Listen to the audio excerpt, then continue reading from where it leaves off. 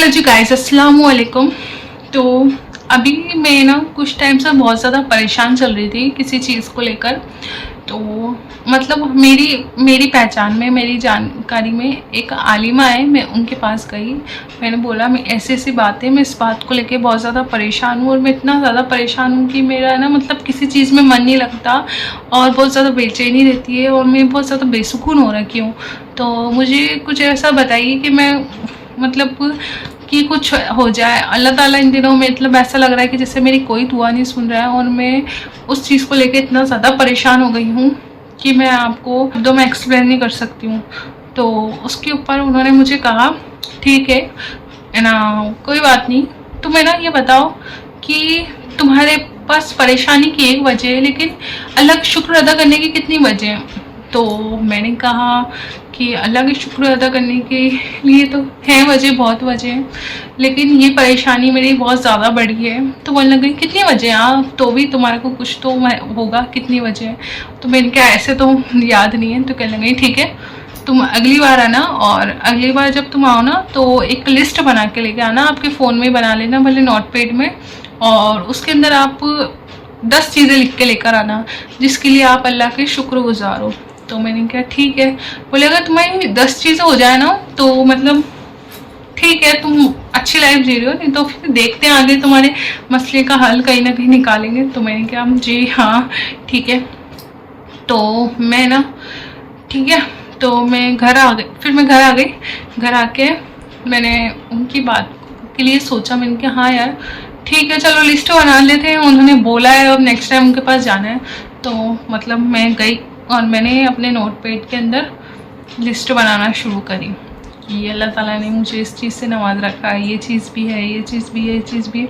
और ऐसे करते करते मेरे पास 10 से ज़्यादा, मतलब मैं आपको बता नहीं सकती हूँ, कम से कम ऐसे 50 ऐसी चीज़ें होंगी कि जिसके लिए 50 क्या, मतलब हर एक, मैं आपको एक काउंटिंग के अकॉर्डिंग बता रही हूँ कि हाँ मेरे पास घर है, मेरे पास स्वस्थ शरीर है, एक अच्छा दिमाग है, एक अच्छी नॉलेज है, सब कुछ है, बहुत कुछ है, मेरी फैमिली है, सब खाने को अच्छा है, घूमना फिरना ओढ़ना पहनना, किसी चीज़ की कमी नहीं है। तो मैं जब उनके पास गई, उनको जब मैंने लिस्ट अपना नोटपैड खोल के दिखाया तो वो बोलती है मैंने तो तुम्हें 10 कहा था, तुम्हारे पास तो इतनी चीज़ें हैं अल्लाह का शुक्र अदा करने के लिए, तो फिर तुम्हारे को किस बात की बेचैनी, फिर तुम किस बात के लिए बेसुकून हो रही हो, किस बात के लिए आप अल्लाह ताला से शिकायत कर रही हो कि मतलब अल्लाह पाक आपने मेरी ये परेशानी हल नहीं करी।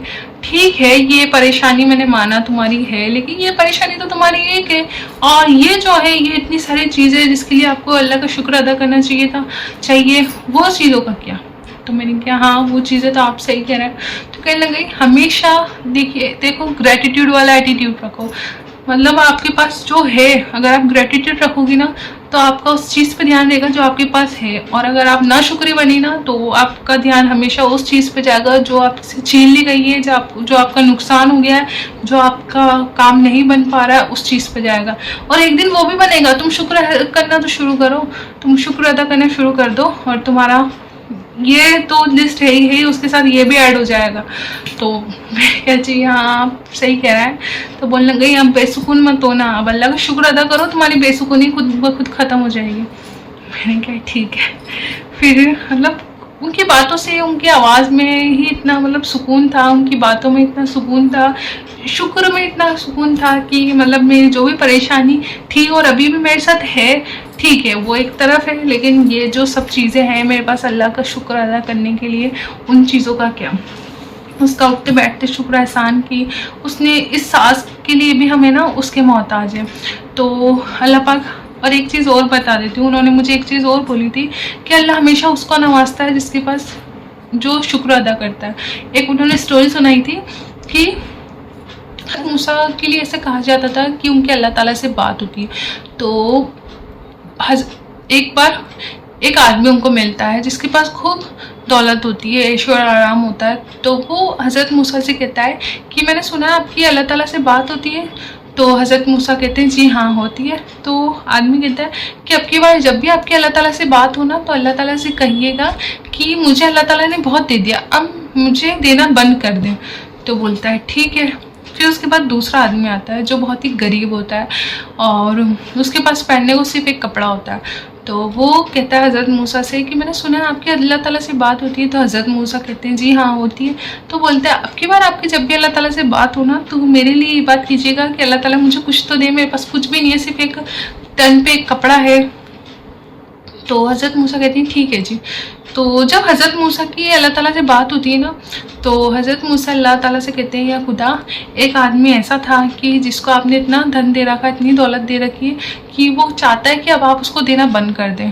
तो अल्लाह ताला कहते हैं कि ठीक है, उसको कहिएगा कि मेरा शुक्र अदा करना बंद कर दे, मैं उसको दौलत देना बंद कर दूँगा। तो वो हज़रत मूसा कहते हैं ठीक है। फिर हज़रत मूसा कहते हैं और एक आदमी ऐसा था कि जिसके पास सिर्फ अपने तन को ढकने के लिए एक कपड़ा था। तो उसका कहना है कि आप मुझे कुछ तो दें, वो चाहता है कि आप मुझसे नवाजें और धन दौलत से। अल्लाह ताला कहते हैं ठीक है, उसको कहना कि मेरा शुक्र अदा करना शुरू कर दे, मैं उसको नवाजना शुरू कर दूंगा।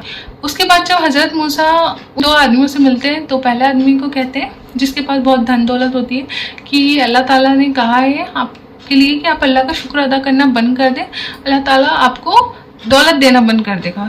तो वो आदमी कहता है ऐसे कैसे मैं अल्लाह का शुक्र अदा करना बंद कर दूँ, अल्लाह ने मुझे इतनी चीज़ें दे रखी, इसके लिए मैं अल्लाह का बहुत शुक्रगुजार हूँ, तो मैं अल्लाह का शुक्र अदा करना तो बंद नहीं कर सकता। ठीक है जी।